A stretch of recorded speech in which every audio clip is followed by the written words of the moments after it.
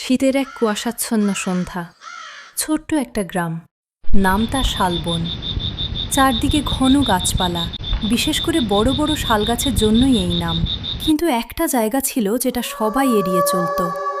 গ্রামের শেষ মাথায় পুরনো এক ভাঙা বাড়ি। লোকজন বলতো ওই বাড়িটায় নাকি একসময় এক ধনী জমিদার থাকত। কিন্তু হঠাৎ করেই এক রাতে পুরো পরিবারটা অদ্ভুতভাবে মারা যায়। তারপর থেকেই বাড়িটা পরিত্যক্ত। রাতে কেউ ওদিক দিয়ে গেলে নাকি কান্নার শব্দ শুনতে পায়, কখনো বা ছায়া নড়তে দেখা যায়।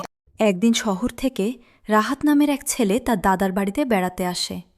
রাহাত খুব সাহসী আর কৌতূহলী। গ্রামের এসব ভূতের গল্প শুনে সে হাসতে লাগল। রাহাত বলল, এইসব ভূতটুত কিছুই না, সব মানুষের বানানো গল্প। তার দাদা হেসে বললেন, নাতি, সবকিছুই কল্পনা। কিছু কিছু জিনিস না দেখলে বিশ্বাস করা যায় না। কিন্তু রাহাত কিছুতেই বিশ্বাস করল না। সে ঠিক করল সেই ভাঙা বাড়িটায় সে রাতেই যাবে। রাত প্রায় 11টা। চারদিকে নিস্তব্ধতা। দূরে কুকুরের ডাকে মাঝে মাঝে ভয়ানক পরিবেশ তৈরি হচ্ছিল। রাহাত একটা টর্চ নিয়ে চুপি চুপি বেরিয়ে পড়ল। গ্রামের শেষ মাথায় পৌঁছে সে দেখল পুরনো সেই বাড়ি।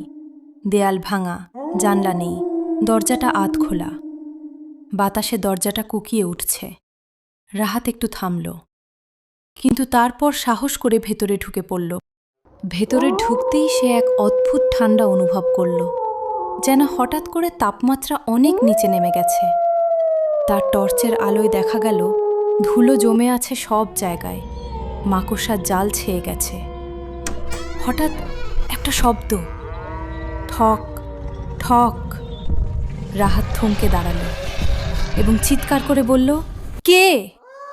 কোনো উত্তর নেই, শুধু আবার সেই শব্দ, ঠক ঠক। হঠাৎ সে শুনতে পেল কারো পায়ের শব্দ, যেন কেউ ধীরে ধীরে হাঁটছে, কিন্তু আশেপাশে কেউ নেই। তার বুক ধরফর করতে লাগল।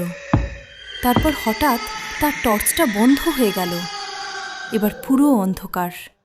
রাহাত ভয় পেয়ে গেল, কিন্তু নিজেকে সামলে নিয়ে আবার টর্চ জ্বালানোর চেষ্টা করল।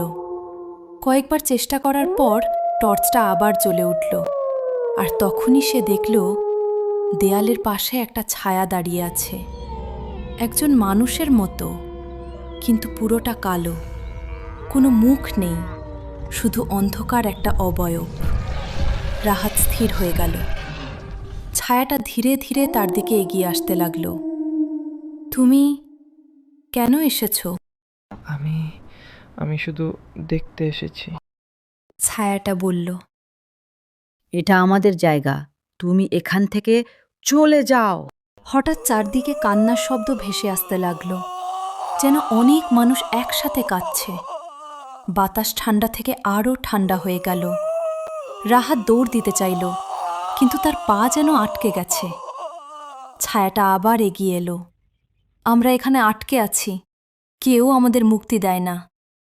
রাহাত কাঁদতে কাঁদতে বলল, আমি চলে যাচ্ছি, আমাকে যেতে দাও। হঠাৎ তার পা মুক্ত হয়ে গেল। সে আর এক মুহূর্তও না দাঁড়িয়ে দৌড়ে বাড়ির বাইরে বেরিয়ে এলো। পেছনে তাকানোর সাহস তার ছিল না।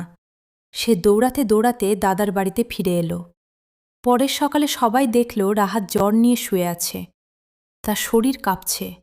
দাদা তাকে জিজ্ঞেস করলেন, কি হয়েছিল? রাহাত সব ঘটনা বলল। দাদা চুপ করে শুনলেন, তারপর বললেন, আমি তো বলেছিলাম সবকিছু কল্পনা। সেই দিনের পর থেকে রাহাত আর কখনো ওই বাড়ির দিকে যায়নি। আর গ্রামের মানুষও আগের মতোই সেই জায়গায় এড়িয়ে চলতে লাগল। কিন্তু মাঝে মাঝে রাতের অন্ধকারে এখনও শোনা যায় কান্নার শব্দ, আর সেই রহস্যময় কণ্ঠ, আমাদের মুক্তি দাও।